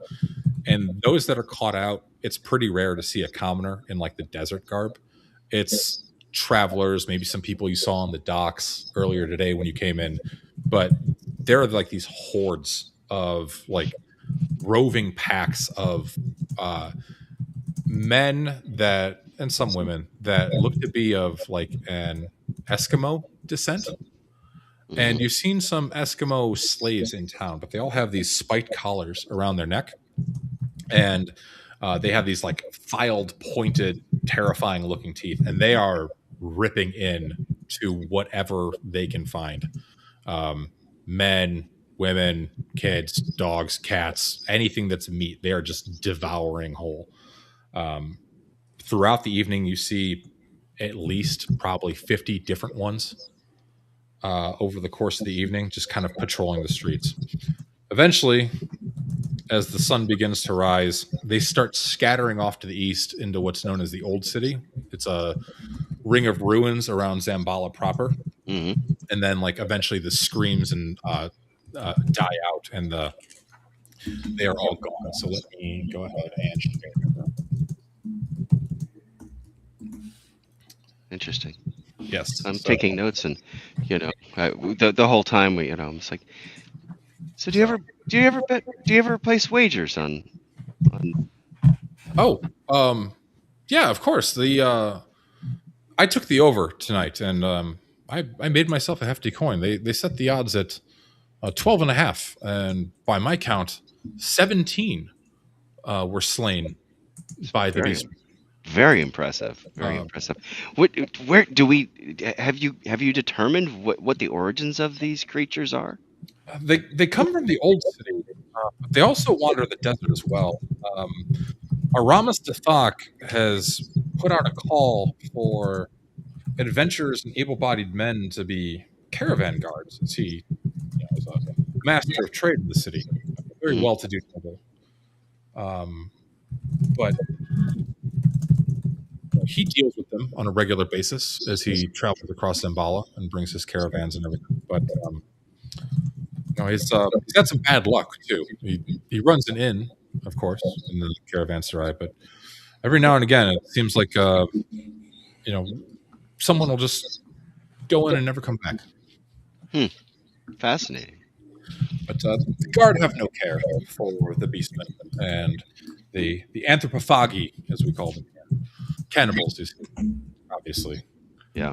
But it is an interesting game to watch foreigners and outsiders get devoured whole cloth. Indeed, I was fascinated when I heard. Were you? Oh, yes. We, as an acolyte of the Astrologer's Tower, you're more than welcome to spend your evenings here with us, engaging in pipe and alcohol and spectacle. And he kind of like looks down to the bloodstained street. Yeah. Sounds great. And I'm taking notes the whole time, and kind of I'm just fascinated about this whole these creatures. I'd love to study them more, and I just kind of show my glee and giddiness about these fascinating creatures. So as there's like some coin changing hands of those that made friendly erudite wagers. There's one woman in like red robes. She's got really thick glasses. She's holding like a spell book. You can tell that she's perhaps the pyro to your cryo, if you will. And she says, yes, but did you see those disgusting rotting ones? And then she drew a sketch of, and you saw a couple of these too. It was hard to see from on high, but there were definitely, in addition to like the regular looking cannibal men slaves, there were definitely some wicked looking undead that were wandering around the city at night and also devouring the corpses that they could find. Any, perhaps some of our necromantic brethren involved in that? I would assume so, but I have a theory. It might be necromancy. I haven't gotten close enough to observe any. I'd be interested if you could bring me one. But it needs to be alive, but restrained, if you will. Unalive, or whatever the case is. Well, still moving. It's important for the studies. But if you could bring me one, I'd be most interested in observing it. I believe many in the tower here would. But there's some say necromancy. You could see the organs just kind of spill behind them as they walk. Their eyeballs are The falling entrails, out. the entrails Yeah. following them. Yes, But it's it's fascinating. a question of debate, though. Is it necromancy, or is it a degeneration or a disease of these foul anthropophagi as they consume more and more human flesh? Well, I am Definitely worth study. I'm going to make it a mission to try and seek that out. Oh, well, if you can bring me one, I'll pay you 250 gold pieces. Right. I think we shall try. I have some companions. They are staying in one of the whatever, and The caravanserai? I think that may be it. Yes. Oh, well, I hope they all made it through the night. I I have a friend there that stayed the night and never came back. really. Yeah. I mean, friend, rival would be a better word. Not. He's not missed. Yeah. I can see that. So, Well, fascinating. Well, it was a lovely evening. I'm so. yes. Thank you so much, and I will certainly do what I can to help the cause. Excellent. More knowledge is always important. We've taken to calling the rotting ones Gloomwalkers. It's a cheerful name. I think so. Yes. Quite. And then she kind of gets back to whatever the hell she was doing. Okay. All right. Do you want to go meet up with your compatriots? Yes. All right. So you go back to Saturn's Luck. There, as you're walking down the streets, Jeff, there's just like blood stains and bones and like, you see like an arm that's had most of the flesh and meat torn off it. And you can see like the gnawing on the bone of the arms and everything. And it's all fresh. It wasn't there the night before. Right. But I'm making observations, still taking kind of notes, Yeah. and maybe some detailed sketches and of some of like the teeth marks and. It definitely looks like human teeth that have been filed. And I mean, you did see the slaves and the slave collars, and you see plenty of slaves around the city as you're walking around. So there's, like I said, the population is about 2,000. About 1,000 of that is slaves. So there's a lot. You can see them in the market. You can see them in the bazaar. You don't really see them on like the western side of town where your friends are staying in Saturn's Luck. They're more on the eastern side by the arena and the Satrap's Mansion and the Caravanserai. Very poor areas. You've got the west side, which is like the docks and the poors, and then you've got the east side, which is the well-to-do folk, the nobles, with their mansions, as opposed to the poor bastards on this side of town with their thatched huts. So, but you get back to the Saturn's Luck, and what do you guys do? Well, So I we have come to back- decide what we want to do to earn coin. We've got a lot of leads. You're welcome. We must find out more about these fascinating creatures. And I've just got this, this grin. It was such a delight. Oh, I'm sorry. Did I? This was exciting. Well, I like the idea of checking out that tower to the north. Okay. Sorry, which tower was that again? It's the sorcerer of fell power may have been responsible for the Green Death. Okay, that was the first one I think you read. Yeah. Yeah.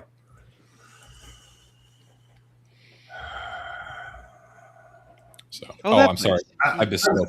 It's along the ridge to the south. I got my wires crossed on my room table. It's along the ridge to the south is where that room is. Sorry. I'm interested, Dan, in that other fighter in the robe who are also staying in the common room. I assume they were in the common room. They were there earlier. They were, and you did hear some, like, while you slept, and probably Nusgrain in particular. You would basically sleep with one eye open. Sure. You noticed that the rogue-looking guy slipped out in the middle of the night. Okay. He lifted up the timber. He slipped out of the building, and then he came back about 3 hours later. Oh. I would have noticed that too, because I've been sleeping like that 13th Warrior scene where they're all there in the beginning. Oh, absolutely. Yeah. They know they're coming in. I'm waiting for you to ambush us any second. So, yeah. But But the fighter stayed. The armored. bigger man. yeah, stayed and snored incredibly loudly all night long. It was very hard to catch a wink of sleep. He was sawing logs. Yeah, very good. But yeah, what do you wish to pursue? So, just real quick, you said something about making a mistake. Are you saying the tower is to the south? To the south, yes. It's along the ridge to the south. Sorry, Okay. When I traced the table, my fat finger went awry. But yes, it's to the south. I apologize. No worries. Just want to make sure I heard you. Your companion, Darlagdoc, comes back and he shares tale of beastmen who are, in fact, not beasts, but look to be at one time slaves of Xambaala. From your rooftop wine and cheese party, observing the. And a pipeweed. Don't forget the pipeweed. And spirits. You wizards are all the same. Yes. If only you had knowledge to share. How good a wizard are you? How good a mage are you? Darlagdoc. Darlagdoc? Darlagdoc. Darlagdoc? Diggity dog? Oh. Just summarize your spell list so we know what we're talking about. I've got a big sword. I mean, you can guess what I can do. I can swing it around. I'm a little concerned that maybe if we leave the city or we take work and we go out of the city, that we don't have enough swords. Ragan, you can fight, right? Yeah. Nusgrain, I'm not. you- I am not. And if I'm needed. I say, if we could capture one of these, and I explained the whole. I said, there's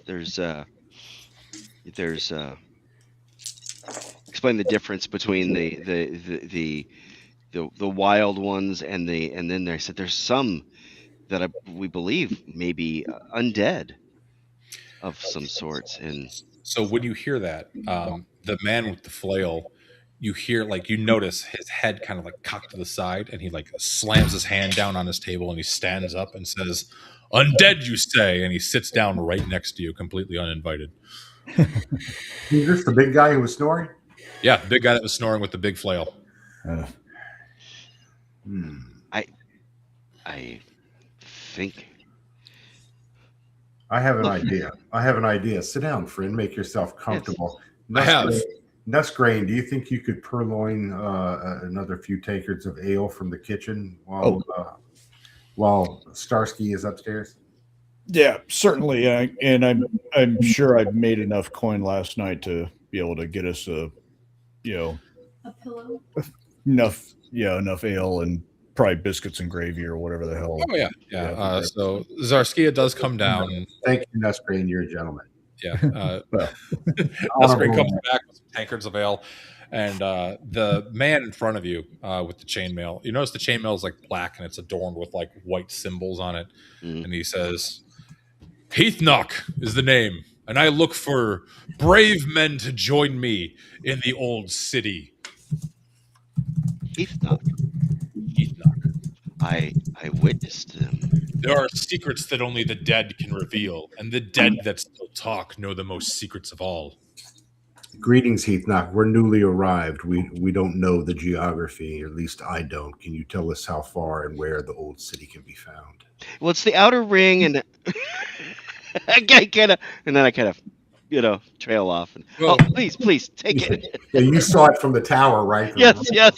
Oh, there's the old He city. speaks the truth. It's the portions of old Xambaala that the desert has reclaimed, because the desert will eventually come for this whole city. Hello, Moto. So you're looking for warriors to help you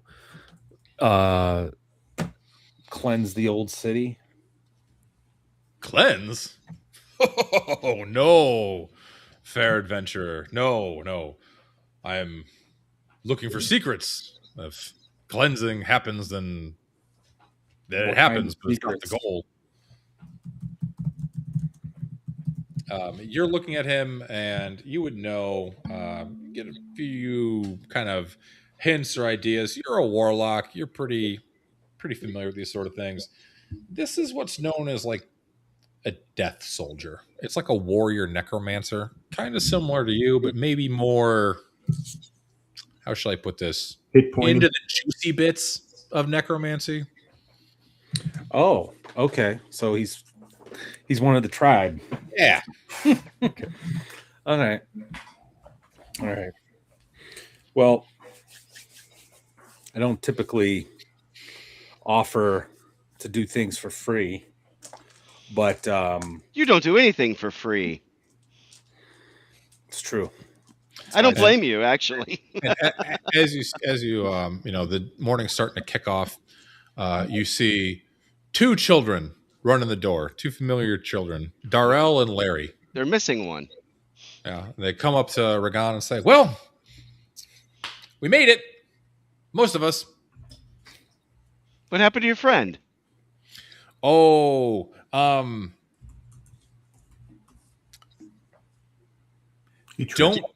don't try to break into Rajoiden's room. Oh, okay. Daryl will be missed. I'm Very good. And Pour one I out do some for our sort of homie. symbol, whatever kind of holy symbol is of the raven. Regan, Well, your I'm gonna payroll just dropped off, Regan. Oh, I know. Very Well, good. more shares for them, right? I mean, less hands to put coin into, right? He'll be missed, but there's other friends, and at one point there were like 8 of us, but Yeah. down to 2, and then Darrell and Larry just high five. All right. What about I think we might be heading into the old city. Oh, well, we haven't gone there. There's not much there to like loot, but do you want us to guide you? Oh, Yeah. Sure. And you'll get a one share of the treasure split between the two of you.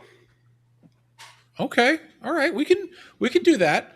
Wait a minute. If I hadn't agreed to that, could I have negotiated for more? No. Oh. You could have tried. You wouldn't have succeeded. I don't know that I want to share any treasure with children, especially children I don't trust. I have a plan. All right. Are you winking at me? I have a plan too. And then Heathnock looks to you and says, plans and plans. "Shares of treasure is an acceptable arrangement if you'll take Heathnock with you." Heathnock, where's your friend who slipped out during the night? What? The man you were talking to tonight here He's not my friend. in the room. He was just a fellow adventurer who was spending the hours whiling away. I don't know him. He slipped out after dark after those things were out there, so I hope he made it wherever he was going. Well, What he's pray back tell in the did this? tavern Is he here now? now. Yeah. Oh, okay. He's over on the other end of the tavern. You saw him slip back in. Oh, okay. Did I ever catch him by any chance? Did I ever spot this guy? Roll me a d6. Stephen Kennedy. One or two, yeah. I got a 6. Oh, well, no, you didn't see him. Nope. So, but he's there. You can talk to him if you want. You'll notice actually that he's kind of sitting in the corner off by himself, and he's talking to someone, but you're not sure who. Might be himself. Might be a I little might nuts. meander over. He says, "Oh, another." He eyes you up and down. Another of the devotees of Rel. We know our own. And he kind of gives you like the secret thieves can't handshake thing. Right. Yeah. We throw gang signs at each Yeah, other. exactly. Yeah. Yo. West Side. Yeah. Nanu. He's a fairly jovial looking guy, but you can definitely as he's talking to you, he also occasionally talks to himself and also answers himself. Okay. But he says, "What are you?" Bit touched. Okay. A little bit, yeah. What brings you to town? What are you here for? Opportunities. You know, Oh, well, as all of us. I'm Tartok. If you're looking for another sword arm, happy to partake in adventures for shares of coin and especially poison. My Are you a personal local favorite. Tartok? Are you from the city? Oh no, I'm from Port Zangarios, but Been here a long time? yeah, I had to leave Port Zangarios. Complications? From Port Zangarius, you say? Ex-wife? Port Zangarios, you guys would know, is basically like the Tortuga of Hyperborea. It is a town of like pirates and ne'er do wells, and So I trade. ask a couple of questions that only someone from Port Zangarius would know. Okay, yeah, he answers them like he knows of like the different guilds there, and like he's definitely from Port Zangarios, and he definitely left for a reason that he's not sharing. Yeah. Okay. No, he speaks the truth. Are you? Do you hail from? Or like, can you Indeed. go back? I believe so. Oh, well, What high school did you go to? put in a, Yeah, that's kind of the type of questions I You know so and so? Yeah, exactly. if you go back, put in a good word for me with Apollonius. Tell him I'm sorry. Okay. Tell him I'm really, really, really, really sorry, and that's 4 reallys. Really, really, really, really. Really, and he's counting. Really, Yes, really. he's holds up his hand and he's counting on his fingers. Like Vance said, a bit touched. But Yeah. not 5 reallys, just 4. 4 Okay. reallys. Okay, so not totally, really, All right. but really, really, really, really. So, Tartok, have you been to the old city? oh, why do you ask? They're asking us. Discreetly among this small group here, drinking the stolen ale out of the cooler in the back kitchen. Right. We're considering Stolen. Now, borrowed. I am a law-abiding sort myself. All ale and beer is just borrowed. Let's face it. Okay. It all comes out eventually. Exactly. So, so we're considering maybe a brief expedition to the old city, which could be dangerous. Yes, I would like to capture one of those undead creatures. Oh, what? Wait, who are you capturing it for? That's none of your concern. Yes, it is, because I I want want to one too, study it. and so does he. And he points over to Heathnok. Yeah. He says the dead tell secrets. We're gonna collect the whole set. I Really, heard. Trust us. Oh, We're gonna get the whole set. okay. Well, yeah, I'll join you. Join you for a share of the treasure. And he just gets this like kind of like really wide, wicked-looking grin. But if we don't all come back, and then you hear him go, "Shut up," and he just kind of trails off and gets quiet. So, can I come with? Sure, Smeagol. All right. Don't touch my taters. You guys gonna head to the old city? Of Or your course. toes. All right. So you all leave Saturn's Luck. You have a quick breakfast. Zarskia just kind of looks at you and looks at your already full ale mugs and just rolls her eyes.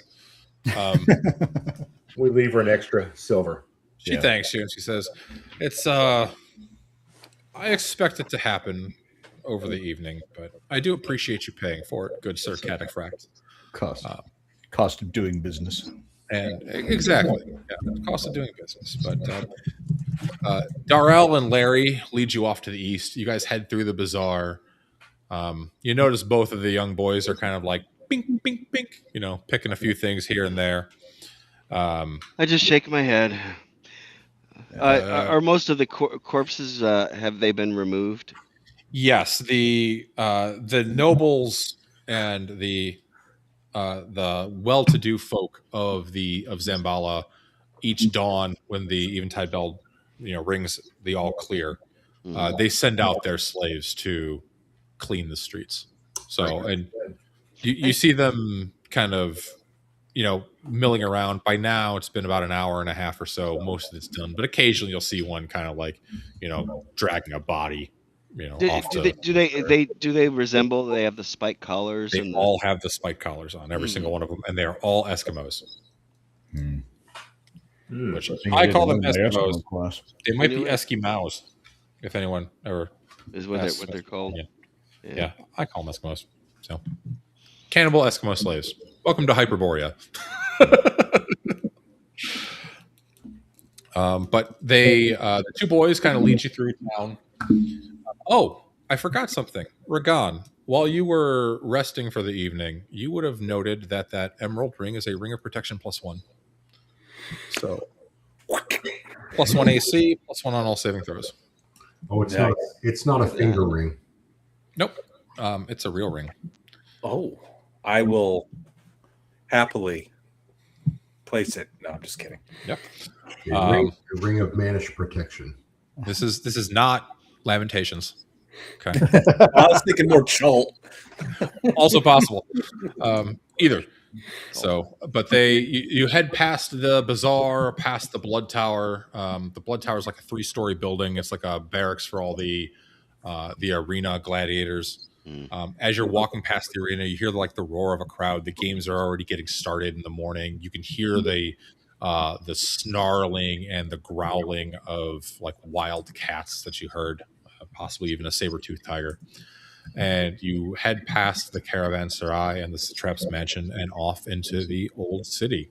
So the old city of Xambaala is a ruined and half buried set of like ancient stone buildings. So you would have heard a couple more rumors over the course of your morning there. One of them being that, several of the locals claim that the desert is going to claim them all and will one day completely claim the city of Xambaala. You think that's probably pretty true based on what you see now. Buildings that were once probably 10, 15 feet, maybe even some instances 20, 30 feet high, are buried 60, 70, 80 feet away towards the roof of sand. So you're kind of like walking on these like sand dunes and sand rifts, and like you'll be walking like along a roof, right, from time to time, various buildings. So the desert's basically reclaiming the town. Yep, the desert is reclaiming Grain by the town. grain. Yeah. Grain by grain, indeed, exactly. As you're out here, you're kind of looking around, and Heathnock mentions to you he heard tell of an old mausoleum that he would like to go investigate. And it's in the outer Xambaala, about a mile or so, half a mile maybe, kind of to the southwest. Okay. He's looking at that, and then go ahead and let's see here. March order. Yeah, let me know what your march order is. So who's going first? Not me. Okay. We'll send the Death Knight out first or whatever. Well, that's my recommendation. Who I think Bozeman and Heathnock, then myself, and I guess our two roguish guys, and then of course, our wizard in the back. However, if those kids want to earn their keep, they're scouting ahead. Okay. And I tell them, you see anything crazy, come and give us and warn us. Okay. So we've got Larry and Darrell up front, then Bozeman and Heathnock, and then is it you, Matt? Ragan? Yeah. And then we have the rogues. So Yep. we've got Tartok and Nutscreen, and then Dark will get in the back. and then we've got Wizard. Tarligdak. All right, cool. So you're walking kind of through. It's very slow going, getting through the inner city. I'm sorry, the outer city, because of just the uneven dunes and the let's see what happens, and like the random old desiccated buildings. Okay. Anyone have any rope if we hit some soft sand and somebody starts to sink? Do we have anything we can throw them to quickly retrieve them? I don't have any rope in my gear. I have 50 feet of rope.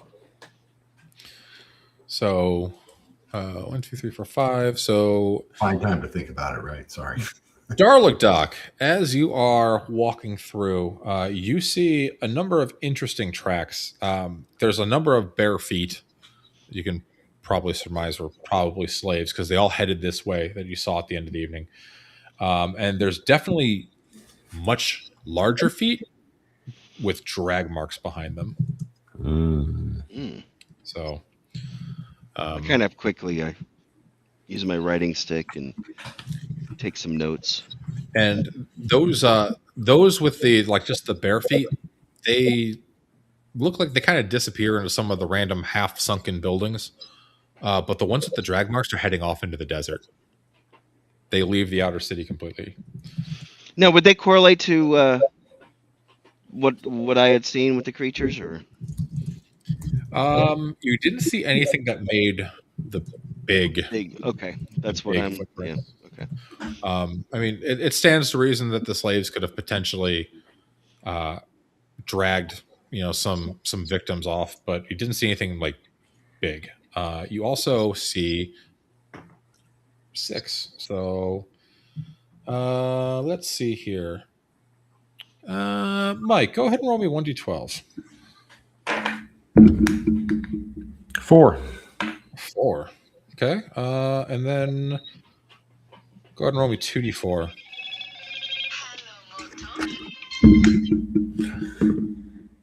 3 and 4 is a 7. So about, let's see here. Oh, pretty far away. Several hundred feet away, you see a group of 7 slaves in the collars, kind of all huddled around, talking in hushed tones to each other. What would you like to do?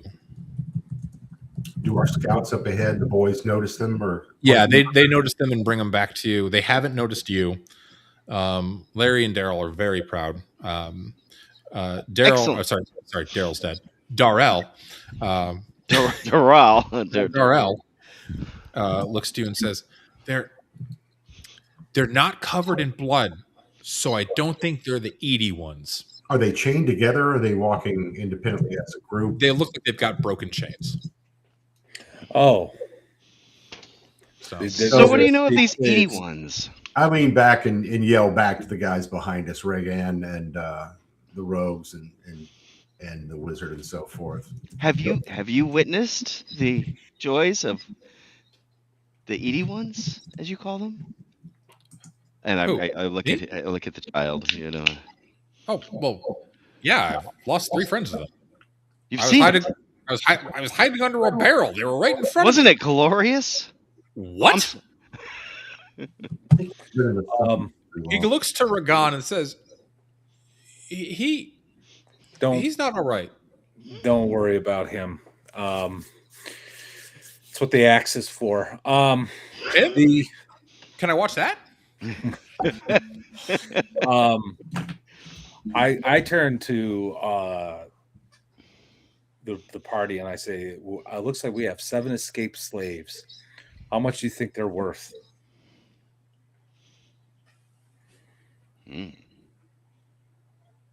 Well, if they're escaped, they're clearly criminals. We must capture them. I think we might be able to use this to leverage some favor with some of the nobles. Okay. All right. So, are they walking away from us or to us, or have they noticed us? They're just kind of huddled off. They're like, there's maybe one building that's not like as deeply sunk as the rest. It looks like they might be using it as maybe a hideout or a shelter. All right, let's approach. All right. You approach fairly openly. Bosman, you go ahead and take the lead. You're approaching. They get about 50 feet away, and they kind of stop talking, and they all kind of look at you. Long sword drawn, shield up. None of them have any sort of weapons at all. Like 2 of them kind of cower when they see you pull out the longsword. Yeah, good, because they have fingernails and teeth, and I don't trust any of these things. Okay, fair enough. So we'll walk up to them and call out, "Hey, you slaves!" What's shaking? Hey, you guys! Hey, you guys! Okay. Gonna definitely have to clip "Hey, you slaves," by the way. Hey, you slaves! Yeah, I'm dead. I needed that. All right, so we call them to come out, talk with us. I'll shout, Come with us now, and we may be able to ensure your punishment will not be severe. Morale check. Hey guys. Huh. Okay. They're not intimidated. Well, now I'm offended. I find that offensive. One of them calls back to you and says, "We're not worth anything anyway to anyone in town. We've been out here too long. They care not for us. They keep no track of us. We're just trying to survive." Oh. How many of you are there? He looks past Bosamond to Nusgrain and says, "Can the night not count?" I walk over to him and take the flat of my sword and wrap him upside the head. All right. Subdual damage. Go ahead and roll me like a D3.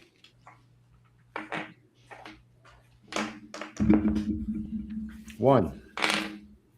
He gets knocked unconscious. He just kind of falls. Who else? How many of you are there? You. Well, How many of you are there total? well, the one of them speaks up. Well, is he dead? And one of them runs up and kind of like checks his pulse, shakes his head. Oh, and there's 7. All right, They're everybody. of no come value to us dead. out. Everybody come out. Any of you No, need undead, water maybe. or food? I mean, if you have food to share, we'll take it. We'll throw them. I'll throw them a ration, one of my rations, and they can break it among themselves. Are any of them looking like they're parched and overly dehydrated? Anything like that? There is an oasis fairly close outside of town. Is it midnight at the oasis? No, it is not. It's 9 a.m., much like it is here. Sorry. But they look on and they're like, well, we appreciate the food. Normally we scavenge on wild animals, and the wild dogs are particularly good. But this bread is nice. My companions and I, we were just discussing the happenings of the outer city. So, I'm curious, if I might ask, the larger tracks. What sort of creatures or what manner of creatures left those? Oh, we just call them the brutes. We don't. We try to stay away from them. They drag the unsuspecting, the ones that don't get torn limb from limb. They drag them off to the southeast.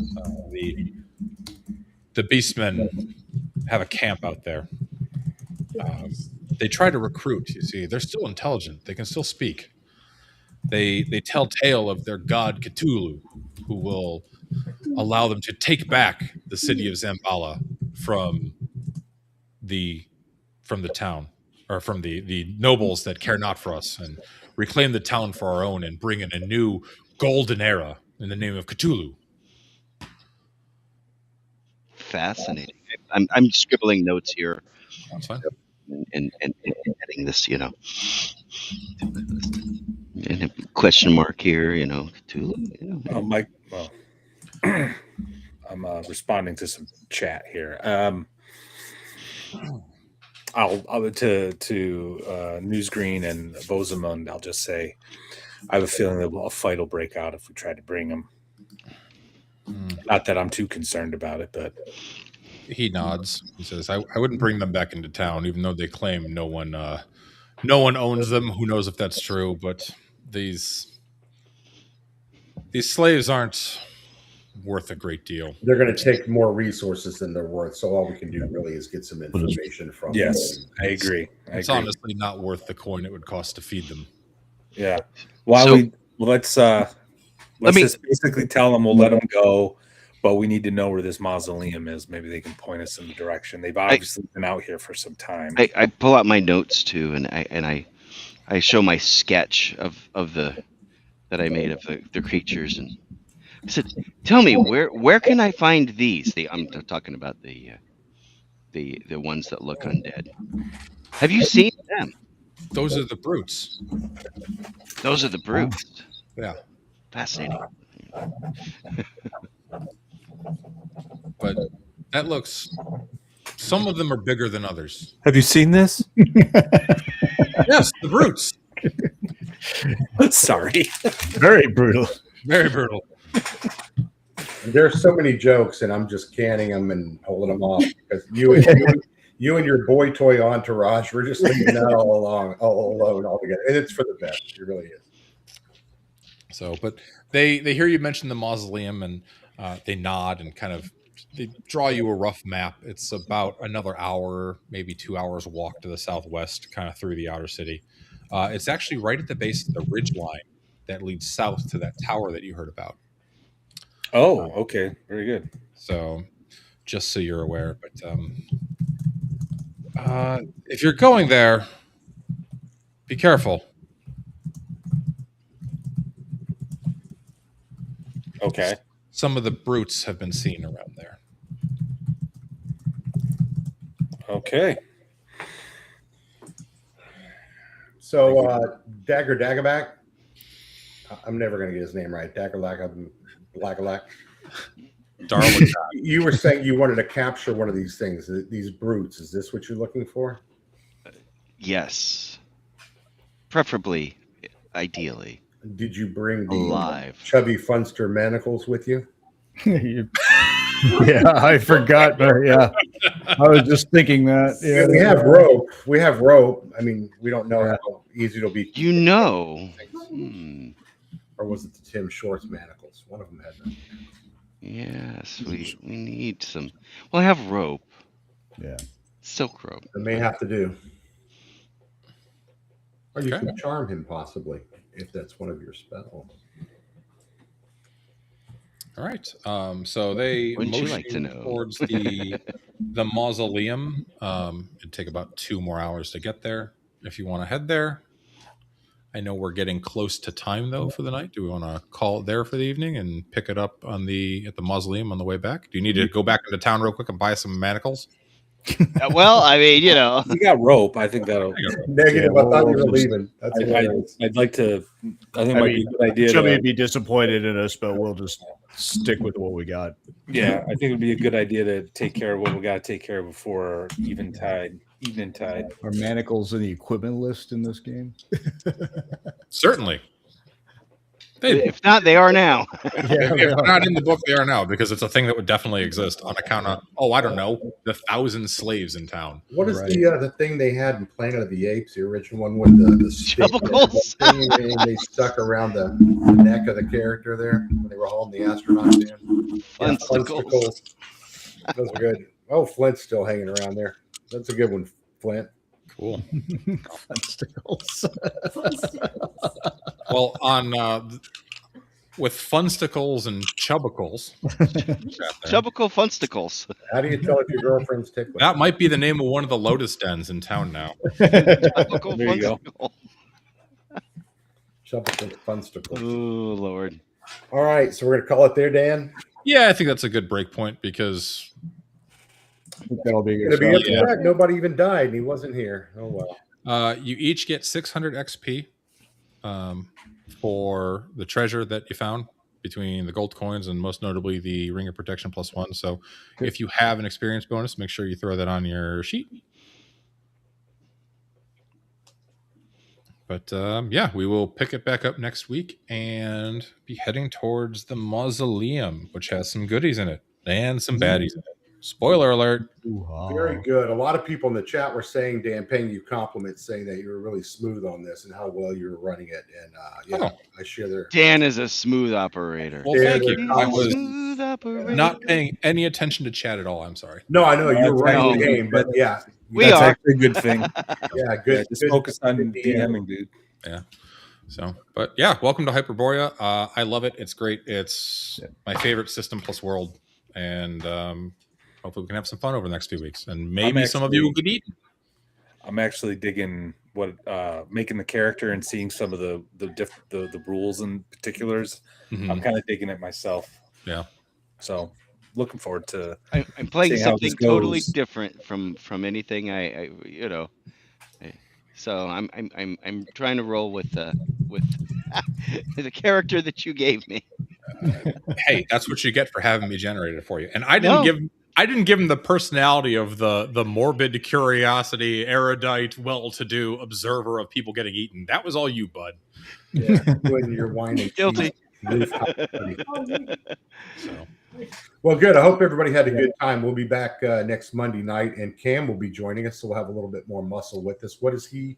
Well, I guess we don't need to worry about what he's playing. We'll get introduced to him next week. yeah, you'll get introduced to him next week, maybe right outside the mausoleum. So Yeah.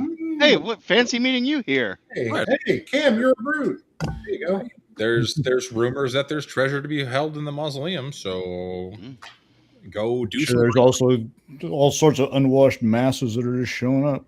Yeah, so everyone in the chat, hey, thanks so much. Y'all were really active. That was a lot of fun kind of watching you guys. I have to admit, I kind of got lost with what Dan was saying more than twice. I was like, oh shit, where are they? I gotta pay attention. I'm watching the chat too much. But yeah, please like and subscribe to all the channels here. Definitely. And follow everybody involved. We do this every Monday night. So we'll be back next Monday night, 7:00 with more Hyperborea. Also, Owen, if you happen to be in chat and I didn't see any of your messages, I hope you had fun. That's my nephew. Owen. So, Owen. because 13-year-old boy hearing about cannibal slaves. And check out my interview yesterday. Dan was with me. We I did. I got to talk to Luke Gygax and yes, we did. few people, and it was super cool. And I had was Luke and Alphinius Goo and Camera Mandy from the Gooey Cube. Yeah, it was really cool. They were tuned in awesome. for a little bit. You had a big group there, and I saw some of it and had other stuff going, but I got to go back and watch the rest of it now. So Yeah. I did cheat and ask Dan. He said, "Yeah, it's good. Watch the rest of it." Yeah, it was fun. Cool. All right. Thanks, everybody. We'll see you next week. All right. All right, See ya.